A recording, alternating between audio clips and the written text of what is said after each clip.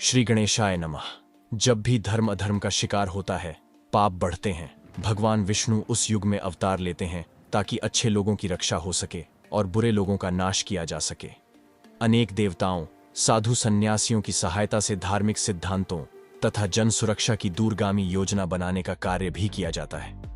भगवान कृष्ण के अवतार के युग में यानी द्वापर युग के अंत में कलयुग की योजनाएं बनाई गईं, जिनमें से एक सबसे महत्वपूर्ण योजना थी, नौ नारायणों को दिव्य जन्म लेना चाहिए और लोगों को मोक्ष प्राप्त करने के लिए शिक्षित करना चाहिए। भगवान कृष्ण के निमंत्रण पर नौ नारायण कवि, हरि, अंतरिक्ष, प्रबुद्ध, पिप्पलायन, अविरहोत्र, द्रुमिल, चमस और करभजन ने यादव सभा में भाग लिया। वहां उन्होंने उन्हें यह योजना बताई कि वे कौन, कब, कहां और कैसे जन्म लेंगे।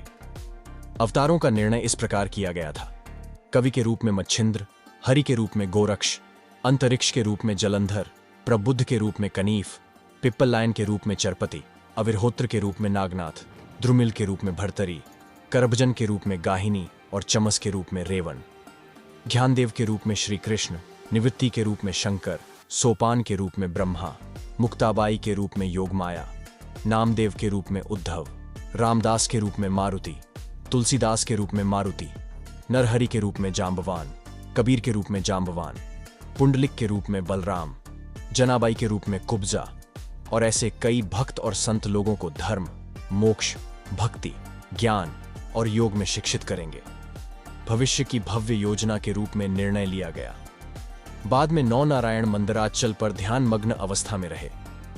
कुछ समय के अंतराल के बाद भगवान कवि की उत्पत्ति यमुना नदी में एक मछली के पवित्र गर्भ से हुई।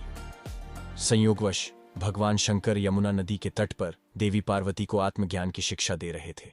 यह सुनकर कवि ने नदी में मछली के गर्भ के अंदर से स्वीकार किया। भगवान शंकर तुरंत इसका अर्थ समझ गए और उन्होंने कवि को आशीर्वाद दिया। जाने से पहले उन्होंने उसे भविष्य में भगवान दत्त से शिक्षा लेने का आश्वासन भी दिया। कुछ समय बीत गया और मछली ने नदी तट पर अंडे दे दिए। बगुले अंडे तोड़ने लगे। तभी एक बड़े अंडे से एक मानव लार्वा गिर गया और रोने लगा।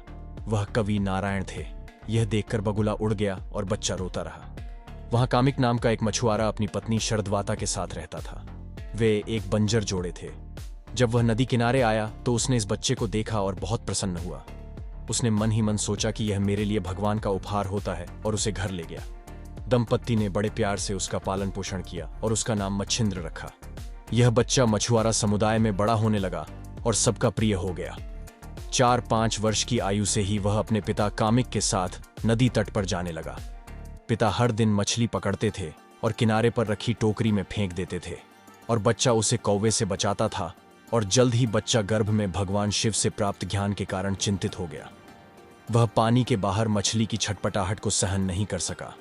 जब उनके पिता मछली पकड़ने में व्यस्त थे तो उन पर दया करते हुए मच्छिंद्र ने मछली को वापस नदी में फेंक दिया।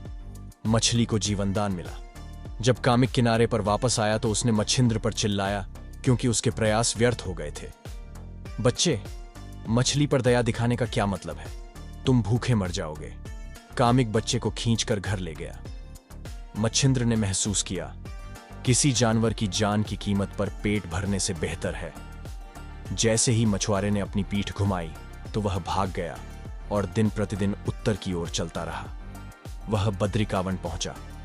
उस रमणीय स्थान को देखकर उन्होंने सोचा, यही वह स्थान है जहां मुझे भगवान शंकर की सलाह के अनुसार बैठकर ध्यान करना चाहिए।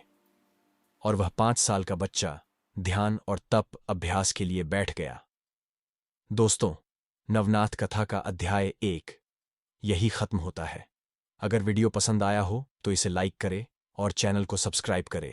इसके अलावा अगले अध्याय के लिए कमेंट करें।